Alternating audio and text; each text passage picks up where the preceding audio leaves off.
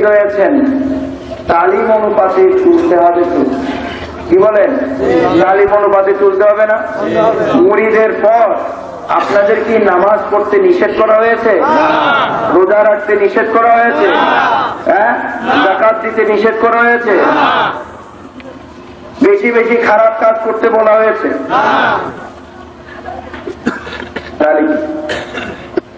আল্লাহর দরবারে যাইয়া বলে মানুষ খারাপ হয়ে যায়।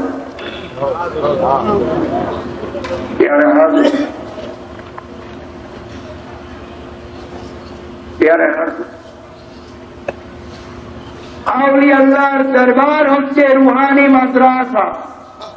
কোন মাদ্রাসা? রুহানি মাদ্রাসা। সেখানে গেলে শরীয়ত, তরিকত, হাকিকত, মারফত, চারাতা ইলম, শিরআত যদি আপনি বাইরের থেকে, শরীয়ত যদি আপনি বাইরের থেকে করে যান, হাকিকত, তরিকত, হাকিকত, মারফত আর শিরআতের ইলম নাই, আউলিয়া আল্লাহর দরবারে চারটা ইলম পাওয়া যায়।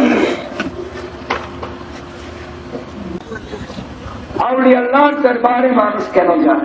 যখন বায়াতে রাসূল গ্রহণ করে মুরিদ হয়, তখন কি আল্লাহ রাসূল বলেছেন, মত ওয়ান্তাল কাতলান, মরার আগে মরে যায়। আপনার মুর্শিদের হাতে হাত দিয়ে যখন এ মরা কোন মরা, পৃথিবীর লোভ লালসা ত্যাগ করে, খারাপ কাজ ত্যাগ করে বায়াতে রাসূলের মাধ্যমে আপনি এমন জিন্দেগি লাভ করছেন, এমন তরিক লাভ করছেন মুরিদের মাধ্যমে, যে আপনি আপনার মুর্শিদের হুকুম মোতাবেক আপনার জীবন ব্যবস্থা গঠন করতে হবে। কোন মুর্শিদ, কোন আউলিয়া আল্লাহ যারা বেশক আউলিয়া আল্লাহ, বেশক মুর্শিদ, তারা কোনোদিনও কোরআন সুন্নাহর বাইরে কোন শিক্ষা দিতে পারে? কি বলেন, পারে? কোরআন সুন্নাহর বাইরে শিক্ষা দিতে পারে? পারে। যদি কেউ বলে যে কোরআন সুন্নাহর বাইরে আমার শিক্ষা আছে, তাহলে মানুষে তাকে ভণ্ড দিল। কথা বুঝতে পেরেছেন? তাকে মানুষ কি বলবে? ভণ্ড দিল। কারণ আউলিয়া আল্লাহর দরবারে যায় ও মানুষ মানুষ হওয়ার জন্য, পাপী পাপ মোচন করে আল্লাহ ওয়ালা হওয়ার জন্য। কথা বুঝতে পেরেছেন? সুতরাং বায়াতে রাসূল গ্রহণ করে আপনি আল্লাহ রাসূলের পথে কিভাবে চলতে হবে, যেমন একটু আগে আমি জিজ্ঞেস করেছিলাম যে আপনাদের নামাজ পড়তে বলা হয়েছে না, রোজা রাখতে বলা হয়েছে না, হজ করতে বলা হয়েছে না, যাকাত দিতে বলা হয়েছে না, বাপ মার খেদমত করতে বলা হয়েছে না? বলা হয়েছে কি হয় নাই? হয়েছে। তাইলে মন্দ কাজ থেকে বিরত থাকতে হবে, আল্লাহর বন্দেগী, ইবাদত বন্দেগী করতে হবে, হালাল জীবন ব্যবস্থা গঠন করতে হবে। কি বলেন? এইটাই তো মুরিদের শিক্ষা, নাকি? তাহলে কি হবে? মুর্শিদ যখন আপনার চলার মধ্যে খুশি হয়ে যাবে, তখন আপনাকে কি করতে হবে? আপনি ফানাফি শায়েখের মুকামে চলে যাবেন। কি বলেন? ফানাফি শায়েখ, ফানাফি রাসূল, ফানাফিল্লাহ। কি বলেন, তাই না? আপনার মুর্শিদ যদি কামেল হয়, আপনার চলনে বলনে আখলাকের মধ্যে যখন কোরআন সুন্নাহর আলো দেখতে পাবে, আপনার মুর্শিদ তখন আপনার উপর খুশি হয়ে যায়। তখন আপনি ফানাফি রাসূলের মুকামে চলে যাবেন। আর ফানাফি রাসূলের মুকামে যখন চলে যাবেন, তখন ফানাফিল্লাহর মুকামে যেটা আপনাকে কষ্ট করতে হবে না, রাসূল খুশি হলে অটোমেটিক আল্লাহ খুশি হয়ে যাবে। আল্লাহ নিজে এসে আপনাকে ধরা দেবে।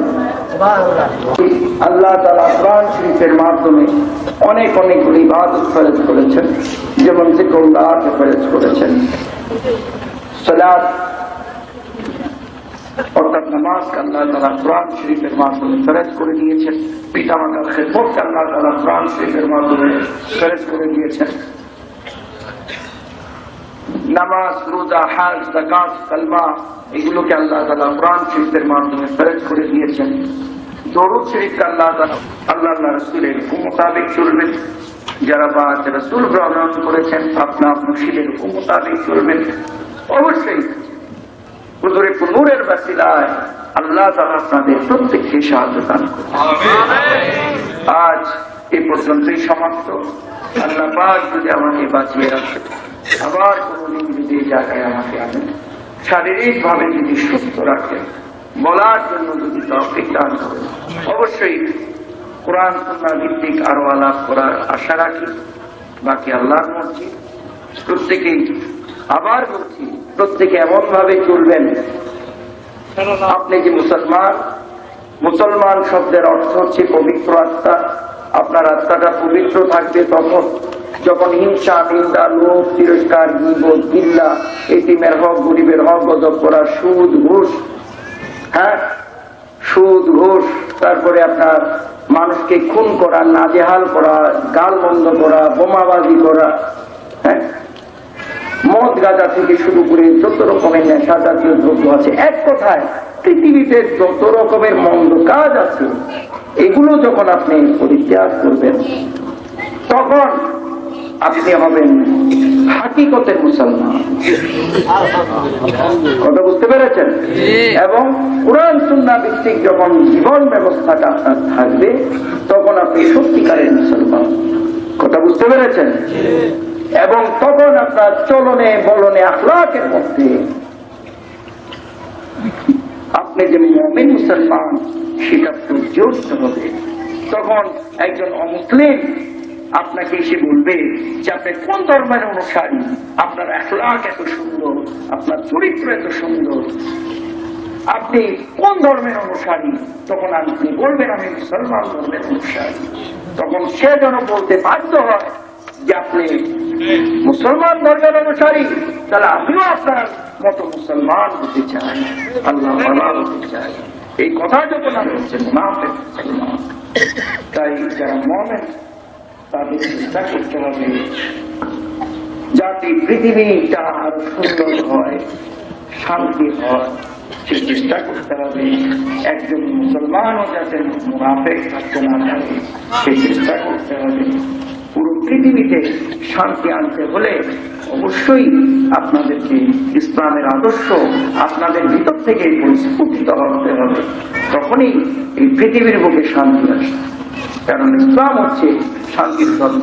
আল ইসলাম নূরুন, আল ইসলাম রাহমাতুন, আল ইসলাম হাক্কুন। ইসলাম মানে নূর, ইসলাম মানে রহমত, ইসলাম মানে সত্য। কথা বুঝতে পেরেছেন? সুতরাং এইভাবে যেন তখন কি হবে, আপনারা দুনিয়ায়ও আল্লাহ রাসূলের কাছে প্রশংসিত থাকবেন, আখিরাতেও আপনারা আল্লাহ রাসূলের দরবারে প্রশংসিত থাকবেন। কথা বুঝতে পেরেছেন? তাই সুতরাং চরিত্র এমন এক জিনিস, সেটাকে অবশ্যই যতই যত্ন করবেন, সুন্দরভাবে চলার চেষ্টা করবেন, অবশ্যই হুজুরের নূরের ওসিলায় আল্লাহ তাআলা আপনাকে প্রত্যেককে সাহায্য দান করবেন।